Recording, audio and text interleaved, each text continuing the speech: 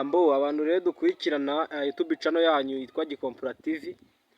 Twumvishe muri kuduteguza ngo hari filime nshyashya mugiye kuzana yitwa Mafiyeri series. Ese iyo filime nibyo mugiye kuyisohora? Izaba irimo iki gishyashya? Ni iki mugiye kwereka abanyarwanda? Nube butumwa izaba ikubiyemo? Ndashaka ngo mbwire mu magambo make. Mbwira mu magambo make iyo filime izaba igamije iki? Ni bande bazaba bari gusetsa? Nawe uzayigaragaramo ko nawe twabonye usetsa.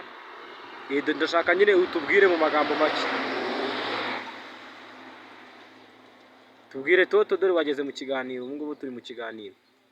Aho ngaho nzaba ndi tayari. Uzaba uri tayari nawe iyo filime uzayigaragaramo? Uzayigaragaramo cyane. None wowe uzakina umeze ute? Witwa nde? Nzakina ameze neza kuko nzaba ameze uku nguku.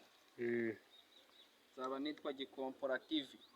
Niho uzaba witwa Gikompora. None iyo filime murateganya kuzayisohora ryari kugira ngo abantu bakomeze bakore subscribe? Turateganya kuzayisohora 18 z'ukwa gatanu. 18 z'ukwa gatanu, abantu bategereze iyo filime. N'ahandi muzayisanga ni kuri YouTube channel Gikompora TV. Uyu rero ni umwe mu bakinnyi bayo, bamwita Toto.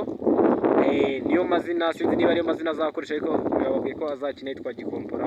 Ubwo nabashishikariza kujyaho mugakora subscribe. Nawe yabibibwirira, ariko bambwirira iti icyo tubashishikariza ni ugukora subscribe, tugahurira muri comment mutwandikira mukatubwira ati mugomba gushyiramo ibi mugakuramo ibi. Babwire tugomba guhura muri Subscribe, duhura muri comment.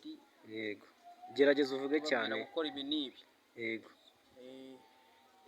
Nta kindi rero tubashishikariza no gukora subscribe. Nkuko twabibabwiye rero, hazaba harimo abakinnyi b'abahanga muri iyo sinema, mugomba kuyitegereza kandi nkabashishikariza guhita mukora subscribe. Murakoze.